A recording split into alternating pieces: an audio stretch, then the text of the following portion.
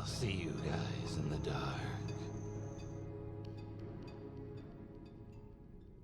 So at the time, I was a 16-year-old female working at McDonald's. Now at McDonald's I worked at, you were on a headset. You were normally required to be at the first window to also take payment. My job position was also customer care manager at the time, so my job was meant to be on the front desk at 99% of the time. They required to be behind the tills. So I was having a normal day, working a long shift, but also having a normal working day. I happened to be on a headset in the first window of that day. Anyway, my headset buzzes, letting me know there's someone at the drive-thru lane. I go through to the first window to answer the customer, and this is how the conversation ensued. Hello, welcome to McDonald's. What can I get for you today? Oh wow, you've got such a beautiful voice. His voice was very grunty and husky sounding, not off-putting. We have all sorts of customers come through McDonald's every day, so nothing gave me the creeps at this point, but his voice was very recognizable. Thank you, sir. You are very flattering. What can I get you? I haven't decided yet. He pauses for a little while. Can I just come around to the first window to decide? I want to see who I'm talking to. Now, we weren't very busy at this point, and Creeper hadn't actually creeped me out yet. I mean, all he had done was pay me a compliment, and we quite often had people complain that they liked the face-to-face contact, so it was definitely not unusual to get a request like this. Yes, sir. That's fine with me. Wow, you are as beautiful as you sound, he says. Thank you, sir. Have you decided what you are having? Are you an option? He asked. At this point, I was a little bit uncomfortable, but was still more than willing to take his order. I'll have a cheeseburger, he said. Okay, sir. That'll be 99 cents. Are you paying with cash or card? Without answering my question, he started asking me where I'm from and how old I was. But it wasn't until his last few questions that I got super weirded out. I can meet you if you want when you get off. I can pick you up outside, and we can go somewhere. I'm really sorry, sir, but I am not allowed to meet customers outside of work, as it's against our employee policy. He carries on being insistent, but not getting the picture. I cut the conversation short. Anyways, sir, sorry to be rude, but can I have the 99 cents for your cheeseburger? Ah, yes, he says. I'm sorry. See you at 7:30. Off he drove to the next window. I'd already said I wasn't going to see him. I was a little bit shocked, but was not going to go over there and give him the satisfaction of talking to me again. My coworker came to me and said, Ew, that guy had a major crush on you, and he wanted your number, but I didn't give it to him. He's old enough to be your dad. Anyways, I explained what exactly had happened and how uncomfortable it made me. 7:30 came, and my coworker is spooked. Creeper is waiting in the parking lot for me, just like he said he would. He sat halfway down the car park, and you could see him just staring in. Our car park wasn't very big, and it only had 4 rows of parking spaces, so he wasn't that far away, and would have clocked me the minute I walked out the door. At this point, I'm freaked out, and head to the back of the store where hopefully he can't see me. I had to stay at the back of the store for 40 minutes before we knew it was safe to come out. Fast forward about a week, and Creeper is back on drive-thru. And guess who's back on headset at the window? Of course, me. I heard his voice and recognized it straight away. I was hoping I'd hear your voice again. Why didn't you meet me the other day? Just 1 second, sir. I'll be with you in a second. I immediately handed my headset to my manager and gave him a quick briefing on the situation. He gladly took the headset, and he dealt with the customer from start to finish. When my manager came back to let me know he had gone, he said that the Creeper had been asking my name, my address, and my surname. My manager said that it was one of the most creepiest guys he had ever met, and I was never to have anything to do with him ever again. If he came to work while I was there afterwards, my manager would have me head to the back room while he dealt with the creep. He still always asked about me. Every single time. So, Creeper at McDonald's, let's not meet again. It was the midsummer, on a Sunday, when I planned to meet one of my girlfriends in San Bernardino. This happened to be a year ago. I was 15 at the time, and dressed in a pretty provoking manner. I wore Cortez shoes, khaki dickies, big shirts, the usual Latino gang attire. No one really wanted to mess with me, especially when I'm pretty big. 200 pounds, 5'11", and I have a mean look. Bald head and a thin scar that reached down the side of my face, from a fight I got into before. I also have a few amateur, self-inflicted tattoos down my forearm and hands that are pretty meaningless, but more creepy and ugly. I also know how to fight. I've been in boxing ever since I got out of the psychiatric hospital in Chino Hills. Back to the story. I took the bus to visit one of my girlfriends. I got to her house in the morning, about 11 o'clock. She complained that she texted me, but I had no messages from her. I left her house about 6 and caught the last bus home. I thought I was home free until the driver told me that the bus was out of service. The sun was beginning to go down. It was dark when the bus driver left. I pulled out my phone to call my mom. I had an unread message from my phone company saying my phone service had been disconnected because of non-payment. That's great. This is probably why the girls' texts weren't going through. I'm stuck in the middle of the most poverty-stricken counties, with no way to contact my parents or even get home. I was in front of a theater by Regal San Bernardino, 14 and RPX, and behind the Carousel Mall. A few people loitering at the bus stop rushed by and asked if I was selling dope. I walked away and was spooked by a homeless lady, throwing bottles and screaming at the top of her lungs with no apparent reason. I ran a block away, looking for a payphone, a way to call my parents.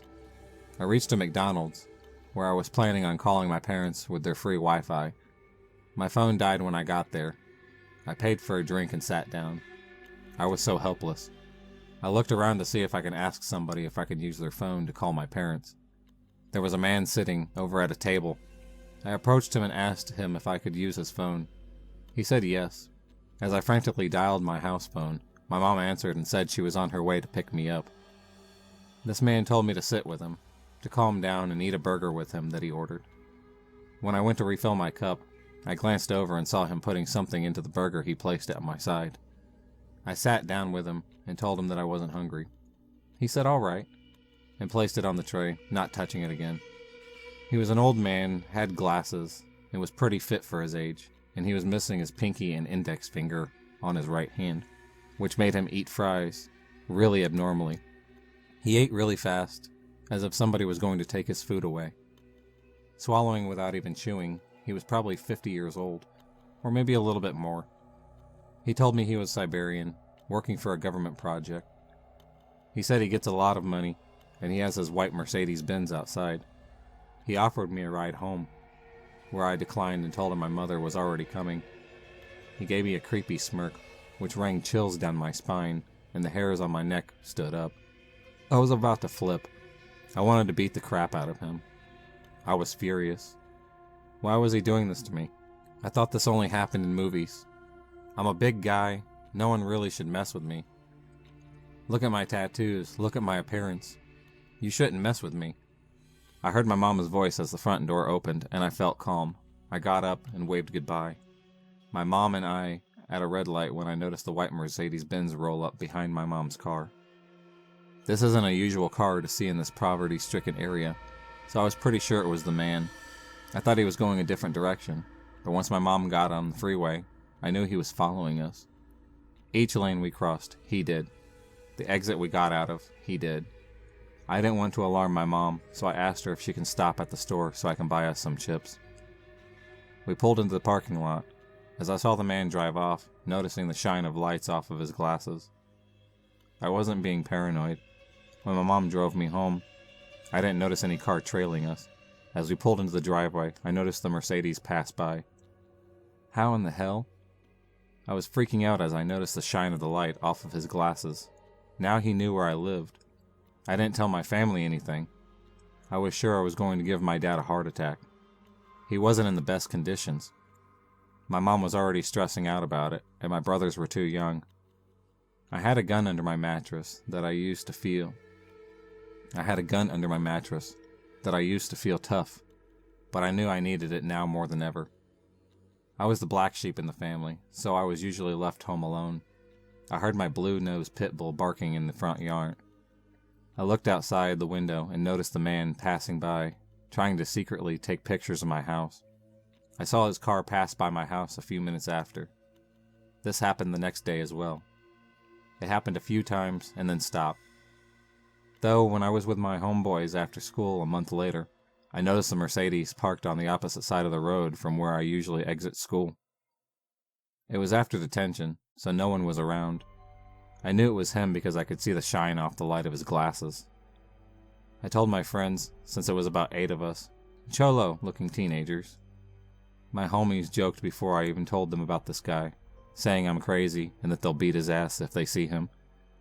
My homeboys immediately ran over to the car, and my friend, Doughboy, pulls out a gun from his backpack. I was frozen with adrenaline and fear. I knew he was bluffing because the gun is never loaded. It's just for show. Or was it? I debate that, to this day. Keep in mind, after this, it's a dispute between us. No cops can be involved. I can't call the cops on him anymore. What am I going to say? We pulled a gun out on him? We threatened to kill him? We can't even prove that he's stalking me. Besides, it's my word against this old man, who is rumored to work for the government. I also have a police and mental health record, so I definitely am unreliable, and I'm going back to the loony bin, or back to juvie if the cops find out. I was scared, but at the same time my heart started jumping faster and faster. It was a mixture of adrenaline and fear, because I don't want to go back to the loony bin or back to JDAC. We surrounded the car, and Doughboy signaled for the man to roll down his window. With the gun pointed at him, he put the window down. He had a smirk as Doughboy literally put the gun to his neck. He had his phone in one hand, trying to hide it, and Doughboy picked it up. It was an iPhone, set at recording from his lock screen. There was only one video. We looked at the video and it was us, walking out of school, the camera zooming in on me. The video stopped recording when we ran towards the car. Doughboy deleted the video and told the man these exact words, that I'll never forget. "You old sack of shit, you better stop creeping out my homeboy or I'll end you." "I'll do it right now," he said, cocking the trigger back. I can see this old man turn pale with fear. "But I don't want to ruin your nice car. Now leave before I change my mind. I don't ever want to see you here again. Anywhere near this town. I own these streets, bitch. PIC, Doughboy 909's finest." We pulled Doughboy off the man, and he drove off. I never saw him again. It's been a year and a half that this had happened, and I never told anybody about this, except for my homies. Damn, I'm excited. Just talking about this. I still sleep with the gun under my pillow. And I have hellish nightmares about a man eating fries with 3 fingers. But I'm glad, first off. I'm glad I'm still alive, because most people don't live through stuff like this. Second, I'm glad to have some erratic, gangbanging friends. Third, I'm glad I never saw that man after.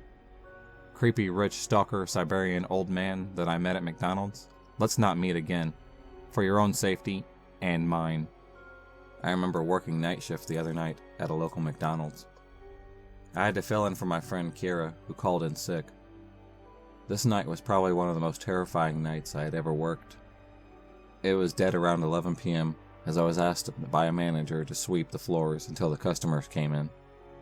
One customer came in, and he looked a bit rough. Bald, long, rusty beard, with glasses, sandals, and just clothing that had stains on them. I go over to the register and say, "Hello, can I get you anything?" He said, "Yes.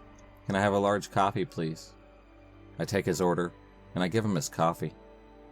I tell him, "Have a wonderful night, sir," and he just smiles back at me. I go to sweep the floor again, as I see this man sitting a bit close to where I would be sweeping, which is usually under the tables, and just around the floor. When I reached his table, he says, "You're very beautiful." I smile and say, "Thank you very much." He says, "Can I give you a ride home when you get off work?" I tell him, "No thank you, I have a ride home already." He became the opposite of a nice man that I took the order from, just pure rude. He tells me, "What's your schedule?" I said, "I'm not allowed to give that information out. I'm sorry." He takes his coffee and goes back outside. The next night after that, Kira and I worked together, and my other guy friend, Jack. I told Kira about the guy from the night before, and she gave me a weird facial expression. Jack comes back over to me and says, "Monica, is everything okay?" I tell him about the guy from the night before, and he gave me the look of terror. What he said to me ran chills down my spine. Jack told me the man called the restaurant earlier and asked about you. My blood ran cold as I saw the man walk back into the restaurant. Kira's face went pale, and Jack's jaw just dropped. My stomach turned in knots as I say, "Hello, can I get you anything tonight?" He says, "No, but can I take you home?" Jack steps out and says, "No, she ain't going nowhere. Get out of here before I call the cops." The manager got pissed off at Jack for leaving his position at the drive-thru window while Kira was frying burgers. Jack agreed to switch positions with me until the morning crew came in. The manager asked me to take the trash outside, and I nervously said okay. Jack, on the other hand, was pissed that the manager asked me to do it. Jack was nice enough to take it for me. I stayed by inside, and Jack comes in and pulls me to the janitor's closet and says, "That guy was waiting for you in his truck with 5 other big guys in there." I felt sick to my stomach when he said that. Jack informs the manager, and the manager, like the freaking asshole that she was, says, "He's not going to hurt anyone. He's harmless. Now get back to work." The next morning, me and Jack worked together, and my other coworker, Taylor, informs me that the man came back and told her my schedule, and he will wait for me to come back in today. I got sick of it till I saw him come in. Jack, being the good friend that he was, told him to get the heck out of the restaurant and to never come back again, or else he would call the cops. Jack lost his job because of this, but to me, he was just looking out for me. I freaking cried when Jack lost his job, because I know Kiera and I would be working alone without anyone else there to protect us. But I never saw the man ever again. I quit my job at McDonald's, and so did Kiera. Me, Jack, and Kira now live in the same apartment building and work at a grocery store. I don't know what would have happened to me if I took out the trash that night and not Jack. I'm just happy I never get to see that creep ever again. So I work in a McDonald's in the UK, and the area my Mackey's isn't the best. There's a lot of druggies and alcoholics, and just overall idiots who cause trouble. I'm usually pretty good at fending for myself and shaking things off, but this encounter really freaked me out. So it was a couple weeks ago, and I was working on a drive-thru window where you collect your food. It's not uncommon for guys to make comments or innuendos when they come through the drive-thru, because they don't really have to face any consequences. However, this guy came through the drive-thru and commented on my beautiful BJ lips and asked me to meet him out back and to put them to good use. I declined in the politest way I could manage and told him to move along as he was holding up the cars. He moved, and I thought that was the end of the ordeal. 5 minutes later, the same dude comes through again and makes even more comments about me, my hair, and all that creepy things that he'd like to do to me. They were quite disturbing and very disgusting. They were mostly about the things he'd do to me, which seemed more like torture methods than actual acts. I was shocked and quite visibly sickened as he drove off, and I told my manager that I felt uncomfortable by this customer and asked to be moved to a different station in case he came back around. Apparently he did, because the boy who switched stations with me also had an encounter with this guy. He was asked where I was, what my name is, if this guy could give him my phone number, and if he knew where I lived, what time I finished. The boy only told him my name, and that I had been moved onto the front counter, before I realized this guy was a total freak, and decided not to say anything more. This is where the story gets really weird for me. The creepy guy came into the store, and came up to the till I was stationed on. He made similar remarks about what he wanted to do to me if he were ever to get his hands on me. He didn't stop until other customers interrupted him, and told him to back off, and walk away because I was getting really upset and shaken. He wouldn't leave, so I tried to walk away, which is when this guy tried to jump over the counter to get to my side of the store. Luckily, my manager and a few other staff members grabbed a hold of him It stopped him from getting near me. But that didn't stop him from fighting back and still trying to touch me and get near me. At one point, he was clawing at my coworkers with his long, nasty nails. Other members of staff alerted the staff safe. Fortunately, because I work in a rough area, police patrol very closely to where I work, so they managed to get to the store pretty quick. They detained the guy and found a few knives stashed all over his body. Army knives, pocket knives, and even just small regular kitchen knives. As they were dragging him away, he continued to scream about how he was going to wait outside the store for me every day, and that we belonged together, and just screaming all the ranting of a madman. My manager sent me home in a taxi, and I've never seen this guy, his car, or anything else ever again, which I thank my lucky stars for. Creepy McDonald's drive-thru dude who must have been on some form of drugs. Let's not meet again. Ever again. So my second encounter with a creep starts like this. 16-year-old female working as a customer care manager on front of a house for McDonald's. Now where I am from where you are front of house, you are required to wear a light stripped top, a yellow neck scarf, and a pencil skirt to just below the knee, which has a small split at the back. I always button my shirt right up to the top, so I always looked very modest. And I would never say a McDonald's uniform is attractive.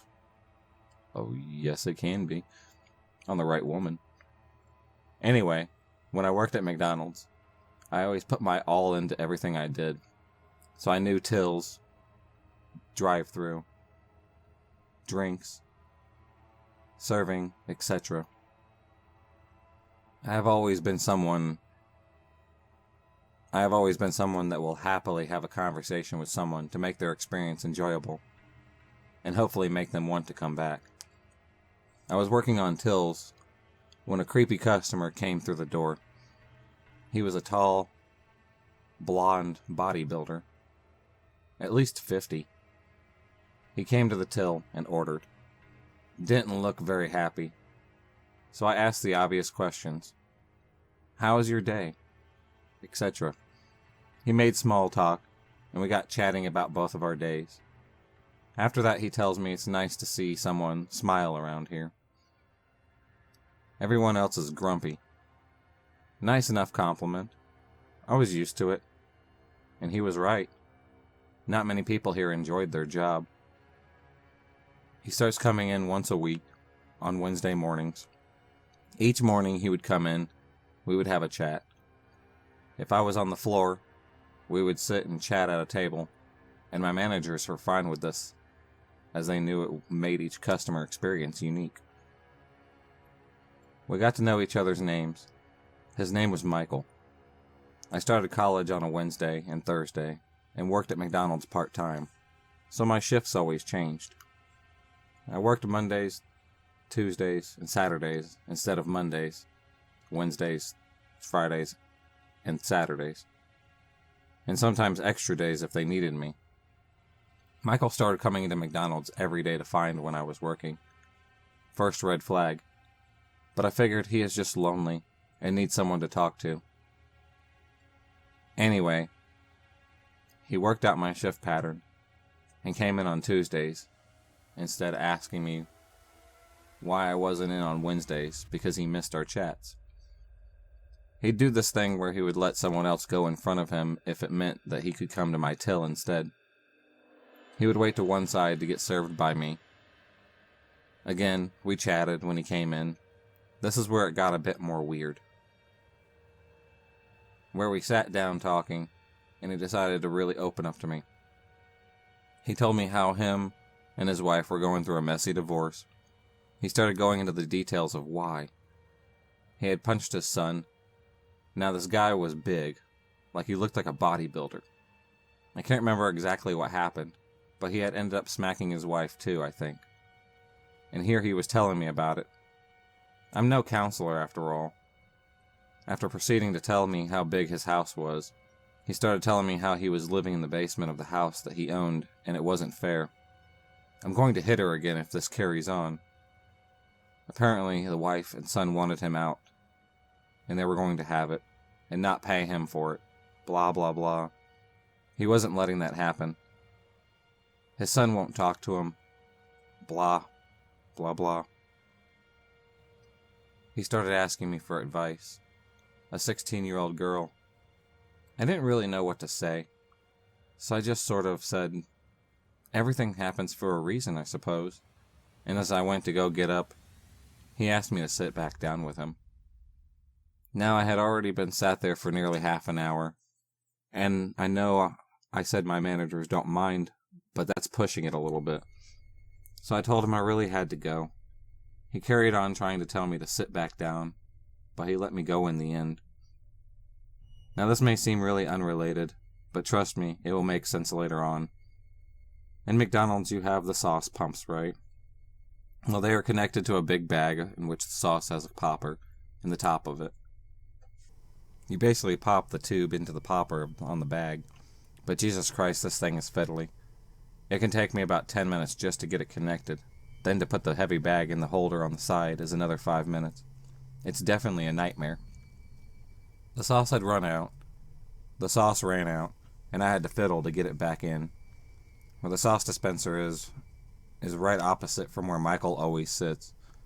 I could feel his eyes burning into my back as I did this, and any time I'd turn around, he would be looking at me and just smiling. It made me feel a fair bit uncomfortable. But hey, it's my job, and you deal with this stuff all the time. Trust me, he is not the first person I've had perving at my bum. He came back a few more times, and each time I felt more and more uneasy. He started being a bit more personal, telling me he thought I was a pretty young girl, and we should meet up for coffee at some point, and I politely declined. Michael then said this, "Can I ask you something personal?" Depends. What is it? I can't promise I will answer. Are you a virgin? I'm not answering that, sir. What size are your boobs? I have a boyfriend, and I'm not comfy answering these questions, sir. Do you love your boyfriend? Would you leave your boyfriend for me? Me trying to scare him. My boyfriend is behind the counter, and I don't think he will be very happy with you asking questions like that, Michael. Just make sure he treats you right. You are a lovely girl. Anyways, I won't be coming back here for a while. So can I have your number? I don't think my boyfriend would be happy with that either. After that, I go to the back room to calm myself, as this is very unnerving for me. He was an older guy being very strange, and asking super inappropriate questions of me. He knew my age, as I had told him previously. The day continued. He had left. I continued and went home.